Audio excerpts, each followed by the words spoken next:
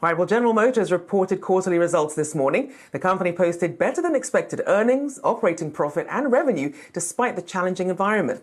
Well, investors are now focusing on the company's upbeat guidance and aggressive cost reduction plans. Yahoo Finance's Brian Sozzi spoke with GM's Chief Financial Officer, Paul Jacobson, about the quarter earlier. Take a listen. I just want to give a shout out to the team at General Motors.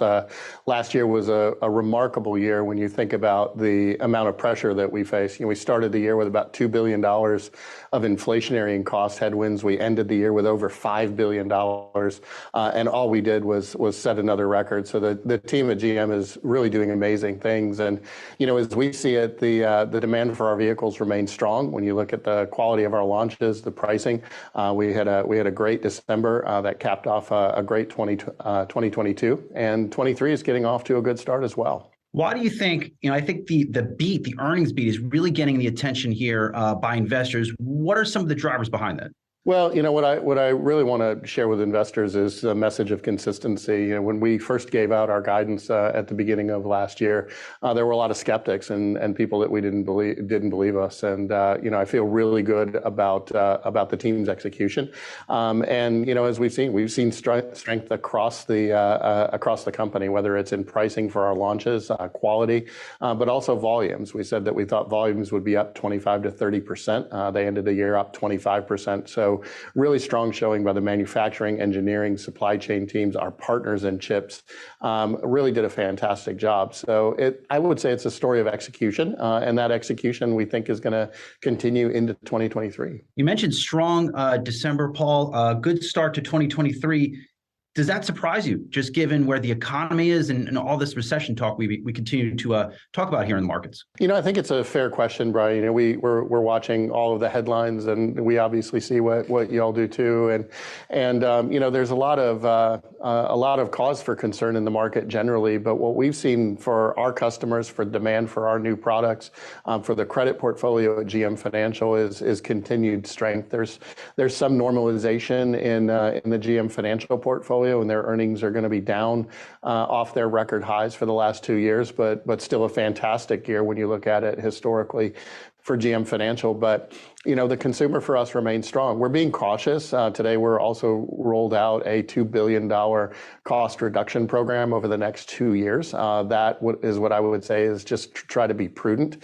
I want to be clear, we're not considering any layoffs as part of that. We're going to manage headcount through attrition and targeted hiring for our priorities, but making sure that we're monitoring costs so that if we do find ourselves in a situation where pricing weakens or we see softness in the consumer, we can react more quickly. But certainly we're not seeing any of that in the data, at least through the first month of January.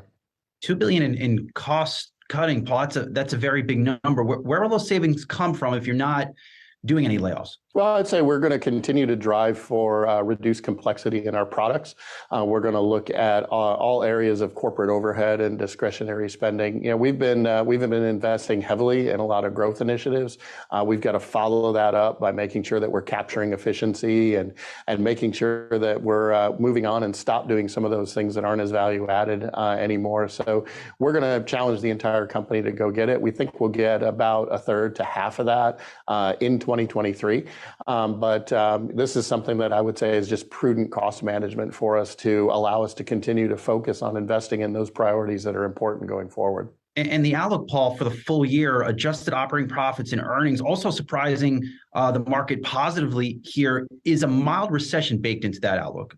We're not baking any recessions in. We've said from going back to Investor Day that we were planning on a 15 million unit market in the U.S. It's a little bit softer than kind of where we've seen demand for the last couple of years, but nothing that I would say is significant. Production's trending higher. Our inventories have built up a little bit through the year, but still far from normal levels. We're going to continue to drive lower inventories. We're going to balance production to demand and make sure that we've got vehicles for consumers when they want it. Right now, we're still seeing vehicles on dealer lots at about a third of the level that they were in 2019.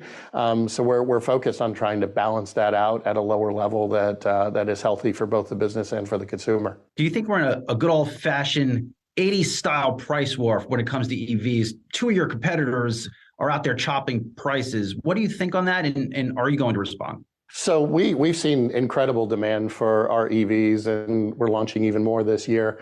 And we've seen consumers really run towards them at the price levels that they are. So we feel quite confident with our strategy. Look, competition in this business is no surprise. We've been dealing with it for more than 100 years, and one of the things that I think we've said over time, this isn't an easy business to get into, but one that we're ready for. And when you look at the synergies and the efficiencies we get with the Ultium platform, the broad array of vehicles across all affordability ranges, across all consumer segments, we think we're positioned to win in the EV space, both now and for the long term. It doesn't sound like then, just given your GM's focus on more affordable EVs, that you do need to cut prices. Not necessarily cut prices. It's a matter of really putting vehicles across all classes. And I think some of our competitors have struggled with the cost of battery cells, et cetera.